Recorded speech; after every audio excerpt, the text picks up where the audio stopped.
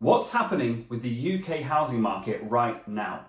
Hey, it's Chris here from Property Abundance, and in this video we're going to look at some of the things that are affecting the UK housing market right now, from the big long-term trends all the way down to the microeconomic stuff, because there's been a lot of data come out over the last couple of weeks that has a big impact. So in this video, let's run through those and find out what's going on. Now, the first thing to say is right now, at the point that I'm recording this video, it's late September, and we are in a housing price reduction period. Okay, so house prices are coming down currently. People are struggling to sell. There's a bit of a supply constraint as well. People don't want to sell, but people don't want to buy. And it's making the market get lower and lower. So we've already seen quite a big reduction this year in UK housing price terms. But the key pieces of data that have come out more recently make me think that actually this is going to be a longer term trend than just a little blip. Now, first off, there are several pieces of data that are going to impact this. So let's run through them one by one. And the first one is interest rates. Now, as you're probably aware, the UK has had long-term low interest rates for like the last decade. Now, for the last decade, people have been used to paying like 1.5%, 2% on their home mortgages.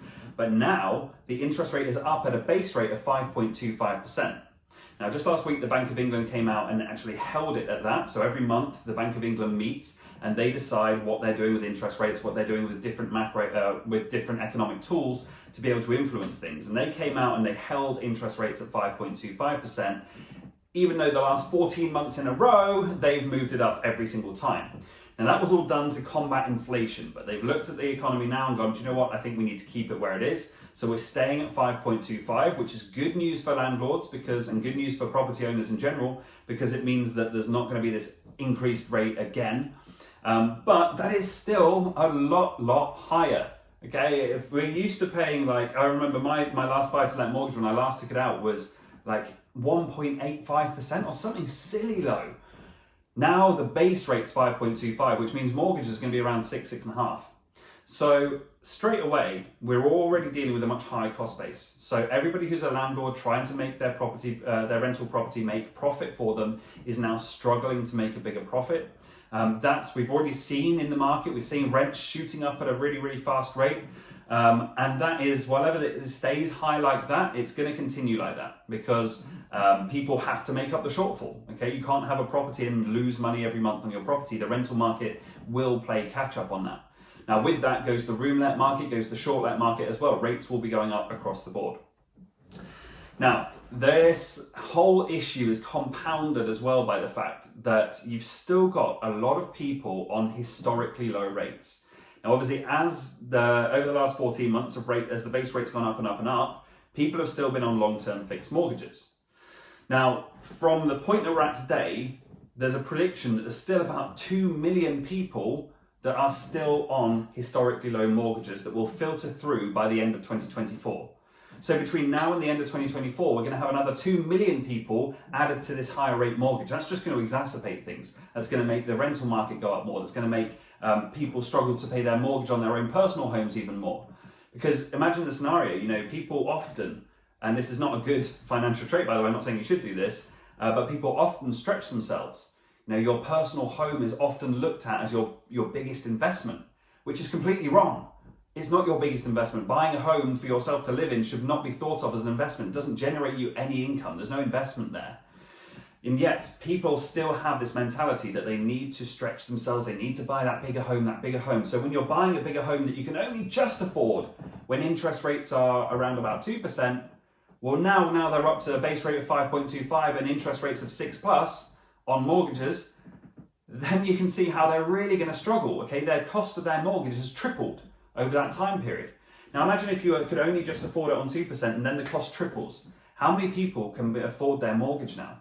And as we say, another 2 million people between now and the end of 2024. This is only going to get worse. Now, on top of that, we're already seeing in the economic data, so the Bank of England have shown a huge rise in the amount of arrears in mortgage payments as well. More people in arrears over the last few months as this has started to bite. Now, again, we'll talk about what the opportunities are in the market around this at the end of the video, but I just want to give you the facts for now. So we're already seeing people struggling to keep up with those payments in larger numbers. Now, on top of that, we've got some economic data come out. Okay, now, ever since the COVID recovery, the UK economy's been pretty flat. Now, if GDP is pretty flat, yes, each month we've had up and down, but over the longer course, it's been pretty flat since the end of kind of 2021, after we bounced back from COVID. Now, with that, with lower GDP comes lower wealth for the general population. Now, compound that and add that in with the fact that we've got a high inflation rate right now, and you can see how people start to become more and more unaffordable. Not only is their interest going up, but actually, do you know what, their wealth is not generating, or the wealth of the general population is not growing. On top of that, you've also got inflation going up. Now, wage rates have gone up over that time as well. But again, that just contributes to higher inflation longer term. It's a short-term plaster on a long-term problem. It doesn't fix anything. And you can start to see how people, all of a sudden, there's multiple ways here that people are going to be struggling to afford this mortgage. Now, let's just talk about inflation for a minute, because the headlines would have you believe that inflation is coming down. But true CPI, core CPI, is still rising. Now, you can see this in oil prices as well. You can just go to the petrol pumps and you can see that recently, in the last couple of months, prices are coming up again. Okay, now you've got the OPEC countries have all started restricting supply. That's driving wholesale prices back up on oil, and that has a knock-on effect to the gas market as well. So straight away, we've got this this conglomerate of companies that are having this global effect, creating inflation at a core level. Core CPI is still going up. The cost of buying products is still going up. Now, don't listen to the headlines. Look at the data. Okay, the headlines would have you believe it's all rosy. Inflation's coming down, but that's not good news. That's not true, firstly, and it's not representative because it doesn't account for core CPI, which is still rising. Now, again, final piece of data that I want to share with you here is from a report from Rightmove, which came out. And in that Rightmove report, they showed that 36% of houses that are currently for sale have had a price reduction of at least 6%. So 36% of the properties that are for sale have reduced prices. We are in a falling market. Now, that's all the economic data. Don't freak out. Don't go, well, property's not for me then. There's no chance for anything to make any money here. It's not the case. Okay, but we have to understand the market if we're going to understand how to adapt our business to that market. Make sense? So, if that's the case, if that's the market, if we've got high inflation, if we've got still rising inflation, if we've got more people going to be struggling to pay their mortgage, if we're going to have rents going up further to account for that, if we're going to have people struggling to sell their house and we've got this falling house price market, what do? Well, long term, there is a very good opportunity here. Now, there are people who are going through difficult times in paying their mortgages. If they don't pay their mortgage, what does the bank do? What does the mortgage company do if you don't pay their mortgage? Well, they repossess your house. As soon as you get your house repossessed, that's it for your credit for the next few years. Okay, I think it's 8 years, no credit for 8 years. That's devastating to somebody's credit file.